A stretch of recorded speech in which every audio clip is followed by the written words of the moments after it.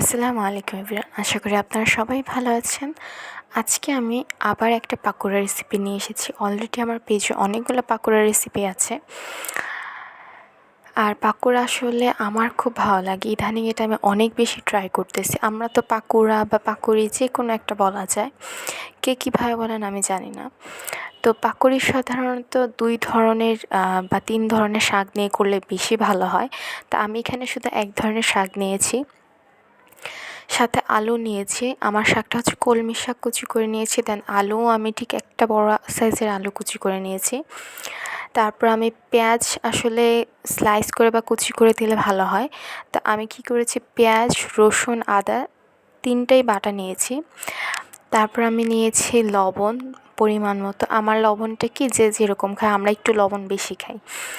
তারপর হলুদ গুঁড়া, মরিচের গুঁড়া, ধনে গুঁড়া, আর হ্যাঁ, উপর দিয়ে যদি একটু জিরার গুঁড়া দেওয়া যায় সেক্ষেত্রে এটা টেস্ট আরও বেড়ে যায়।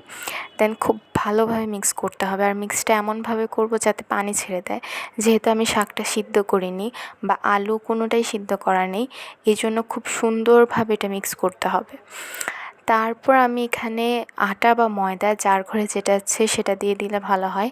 আর এখানে বেকিং পাউডার ইউজ করেছি। সেদিন কিন্তু আমি কোনো চালের গুঁড়ি ইউজ করিনি। যদি চালের গুঁড়ি ইউজ করি সেক্ষেত্রে বেকিং পাউডার দেওয়ার কোনো প্রয়োজন নেই। চালের গুঁড়াটাই খুব ক্রিস্পি হবে। দেন এটা আমি মিক্স করার ক্ষেত্রে একটু লিকুইড রেখেছি। যারা পারেন তারা একটু শক্ত করে নেবেন। আমার ক্ষেত্রে কী হয় যে হাতের লাগানোর থেকে আমি চামচ দিয়ে খুব তাড়াতাড়ি দিয়ে দিলে এটা আমার কাছে খুব বেশি ইজি মনে হয়। আর চুলার আঁচটা এমন হবে যে একটু লতে থাকবে, যাতে আস্তে আস্তে সিদ্ধ হবে, শাকটাও সিদ্ধ হবে, আলুটাও সিদ্ধ হবে, ঠিক সেভাবেই রাখতে হবে। এতে খুব ক্রিস্পি হয় এবং খুব স্মুথলি এটা খাওয়া যায়।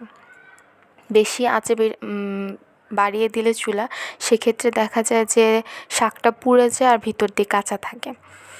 দেন ফাইনালি ঠিক এই কালার হলে আমি নামিয়ে নেব তেল ঝরিয়ে। That's it for today.